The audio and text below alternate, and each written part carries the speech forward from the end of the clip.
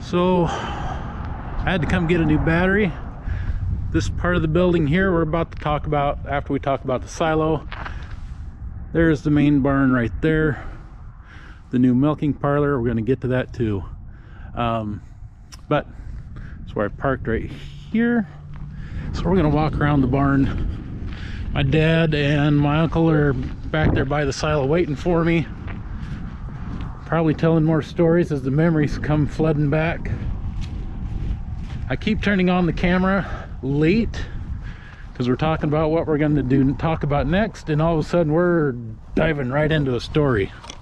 I mean, it's been fun. Yeah, see, I told you, they're still talking about something.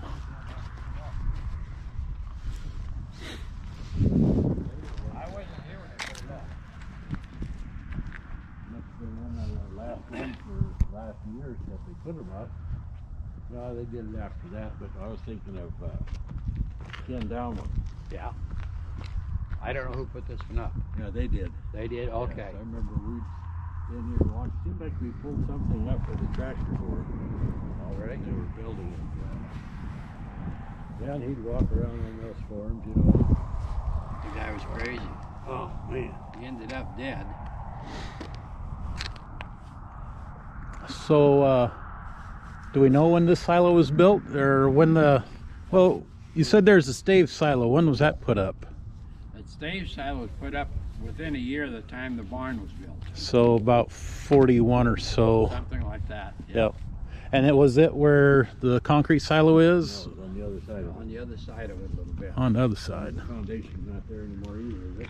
No, the foundation's gone, and you have new siding on it, so you won't be able to see where it was attached to. Oh, okay. Oh, and it's on the back side of this. Yep. Yes. And this was your silage bunker? Yeah, this is one the neighbors and I built. Okay. This was the original one. I see you have old feet or long clippings. Yeah, long clippings. Yeah. You see where the light is up there? Oh boy, the lens is hanging Oh, down. yeah. On this side of it, there's something dark. Yep. Well, that's a big bolt going through a timber in there, and that was one of the guy wires go up to the top of the silo.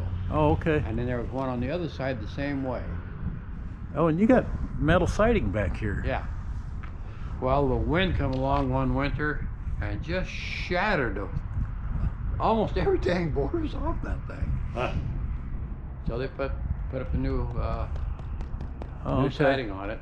So, yeah, so the old silo was there about 1941 or so. Then this one That's what it had to been in the 50s. in the 50s. With Mount Baker Silo Company. Oh, they started that early? Oh yeah, they built quite a few of them before this one. Okay. 14 or 16 foot. 14? That one? Yeah. 16. 16. 16 by 40. 16 by 40. So 16 feet across, if you don't understand, and then 40 feet 5 feet to the top. And here's your ladder. They said the wood stave siloed, they had to climb the outside, which Uncle Rich was talking about. But here, I don't know if I trust it, but it seems to be anchored still pretty well. That's some wild guy hit that with a whatever, I don't know. And he's, Back in silage. you don't know where he went or who he was. Pardon? You don't know where he went or who he was? I don't want to know him again. Known him too long already, huh? Yeah. Uh, Well, see, when we filled this silo, then we just take that panel out there, and we fill that silo, then we put that 16-foot panel in, and then we'd fill this silo with corn or whatever. and did you pack it like they pack open silos now? Yeah. Okay. What'd you use? Just We just had a wheel tractor. Well, we did have a little John Deere putt-putt cat. oh, That was kind of fun to play with.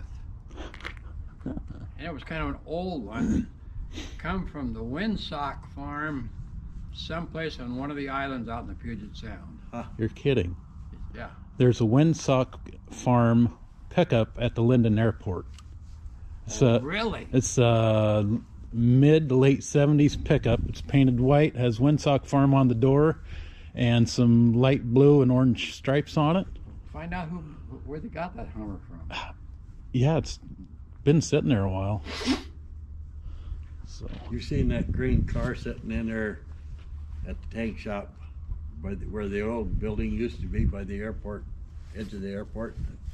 It's a green Nash two-door. oh yeah, That used to belong to Howard Blankenforth. a lot of that stuff is still over there. Yeah, see Good that? grief. Oh, Yeah. through Yeah. Guy. Yep. Guy, Yep. I think that might be a 30-footer, maybe. So what we're looking at right here, these are some of the staves of the original wood silo that was built in about 1941. I'm guessing this is the bottom here. Yeah, this is some of the Here's some of the remnant of the goop. yeah, Sealant. some homemade sealant, farmer-made sealant, right? Sand and tar or what, I don't I know. don't know. I remember seeing it though. Yeah. Kind of white, wasn't it? Yep. It has a Rubber kind of content, isn't it? it is kind of a white rubbery But it content still leaked. with sand on top. What do you expect all them dang boards put together? They weren't all put together exactly right. I'm sure not. So these boards have been sitting outside for quite some time, I'm sure. Probably all their life. No, No? You had them inside for a while? had 'em above the grain room. Okay. Oh, Didn't you okay. guys put them there? No, we didn't tear the silo down. You did. That's right, Dad. Was I renting? I don't know if you were a renter if you bought by then or not. No, whatever. Yeah, we took it all down. So here's the last boards of that stave silo. About 30-foot long boards. They're still solid. Good grief. For sale. Since well, the boards were made before 41, but here they are. Stood out here for years painted, and now they're on the ground Yeah, out behind the barn. Still in good shape. How old the tree was that they came out of. Well, we'll count the rings. You see all the boards, you just had them all together. Yeah, there's no, you don't see any knots in this thing. And as we look up the board, here you can see where the metal bands were to help hold the silo together. They said this is where the wood strap was. Here's another board with the wood strap. There's some more there and there.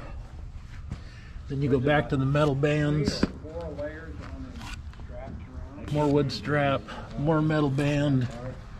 Holy cow. Not many of these wood stave silos left standing anymore, as you know, they're not used. They don't get maintained. Oh, we took the So incredible that they still exist here.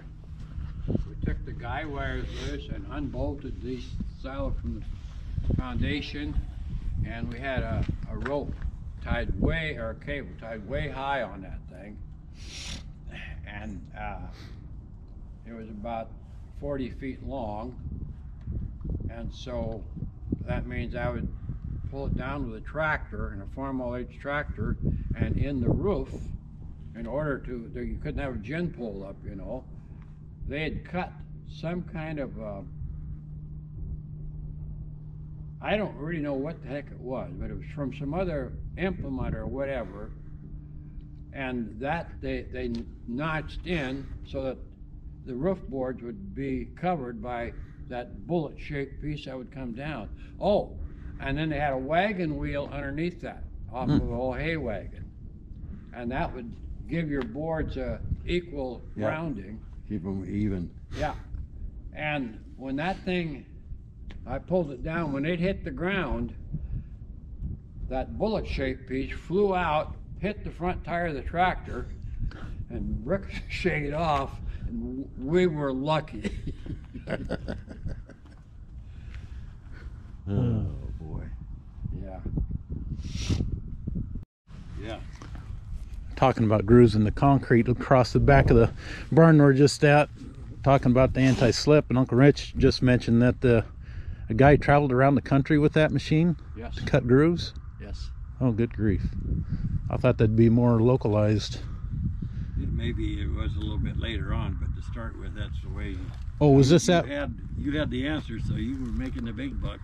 Yeah. So the concrete was cured? Oh yes. Yeah. Yes. Oh, and then they cut it. Oh, They've been used for a long time. You'd scrape it all off, you know, and with your okay. metal blade going over that, take the rough stuff off, so things gradually got smoother and smoother. Yeah. And to keep the cows from slipping on that when they walk or going to jump on another one, they would grab some traction from that.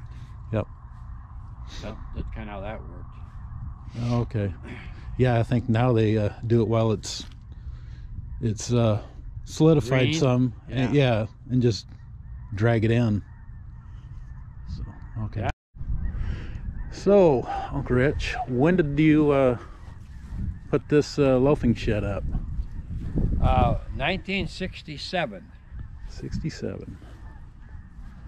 And then following that, we put the bunker on, this concrete bunker there. Just Just a year or so later. right over there behind that loader, if you can even see that. So 68 was the bunker. And who built this barn?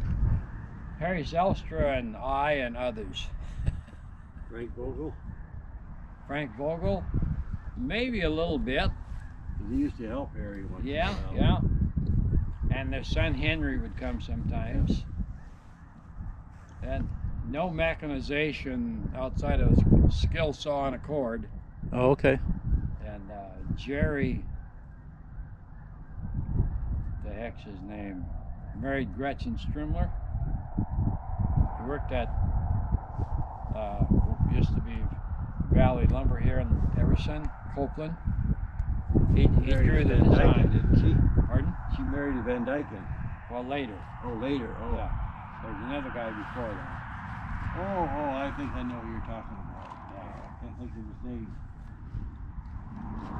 Anyway, he designed it. He said, well, how many cows you want it built for? I can draw that up. You know? So he did. And it built pretty low cost. Huh. FHA had to approve it because that's where the money came borrowed to buy it, to build it with. And their engineer wanted more vertical support in it. And Mr. Zelstra says that barn will stand as long as anything you build, buddy. And he turned around and walked away.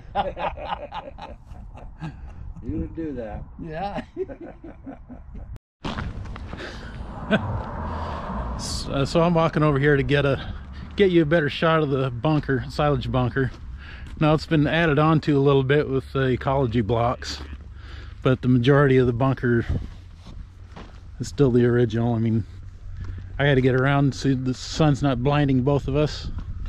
As soon as I started walking away, my uncle starts talking about whose corn silage is in the bunker. He's telling my dad, so yeah, you almost can't walk away. All of a sudden the stories just start flooding. So there we go. So ecology blocks added later, but here's the corn bunker, or silage bunker. It's all the way down there, and some more ecology blocks down there that were added later, and then some Berry Farmers poles. So this was built in 1968 is what my uncle was telling me, right after that loafing shed was built. And Block Brothers also have between the Lancar Road and the Hannigan, who had that farm in there, still lives there. He quit dairy farming. Oh. Long driveway going back. Yeah. BB Road? No. Oh. You're kind of across from where Tony and Clarice used to live. Oh, That long driveway. going off to the east. He Yes, was a sir. city boy. He married a feller. Skylerman. Married a feller, didn't he? Pardon? Feller? I Girl? married a Skylerman. Skylerman? Yeah. Oh. And she worked in the bank for quite a while. Paul Parrish. Parrish, yeah. No relation. Oh, he's not blessed as well. There was, before we made this into a tool room, there was 4 stalls for cows, and we grain fed them with a computer. Okay. Had a grain tank out here, and that opening just blew open with the last wind we had. I had a covering over it, and it's gone. But, and then so, the grain bins were the major, where they ate.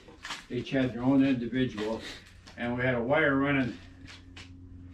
Used to be where it's just the same wire that we got the phone on now. Ran to the house, and on the desk in the house we had the computer, and it was one of the first computer grain feeders in the country, early ones, and they developed that.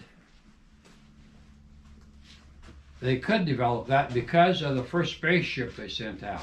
They developed that computerization for the spaceship. For the space shuttle. I'm trying to think of what the name of that company was. It was a popular name at the time, anyway. So we thought we was pretty modern. And then we built the milk parlor. This is the far end of the holding, part of the holding pen on the other side of the wall. So we can go through this way with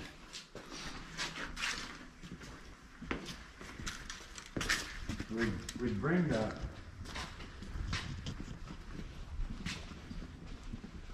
we had a gate that hinged right here and would open this way, and we'd bring our cows around this way, and then more gates there and into the holding area. And so this, a gate would hinge on that post, and we'd have that over there, and so they couldn't go no place but in. So right now we're still underneath the original part of the barn. Yeah. This is all original yet here. And then this was a return with a fence here. Oh, right. And this was a return and a panel on the angle that way, and so the cows could go out. And then we had a no return gate hanging on here. So they could go through it with no opposition, but when they want to come back, the gate would stop against the post over here. Okay. And this grate here is where we'd wash down into. The manure would go in a hole here and go in a pipe over to the manure pit over there underground. That we just walked over. Yeah. Yeah. Watch your head. So yeah, you got to watch your head now. You can see where the cows are up here licking on this beam. And then here is another set of grates, and manure can wash down that little gutter or out of here into this grate section. There's a hole here, and that runs down to the pit also. So that's how we got rid of the manure. You can see the cows were getting rough with the Yeah. plywood over the years. They want to ride each other. Oh yeah, that time of year. Yeah. So right here is the original edge of the front of the barn. Yeah, you can see by the floor joist. Oh yeah, it's still original floor joist here, and then you transition into the newer milking parlor. And this floor joist you see is suspended overhead. Yeah. We put the beam overhead instead of underneath. Okay. Okay, yeah, they got these metal brackets going up above Yeah. So they're suspended. There's no beam underneath, so you can gain some headroom. And deviating from the direction of the conversation, from here, this section of the holding pen to there, and to that wall, at one time served as a chicken coop overhead. Oh.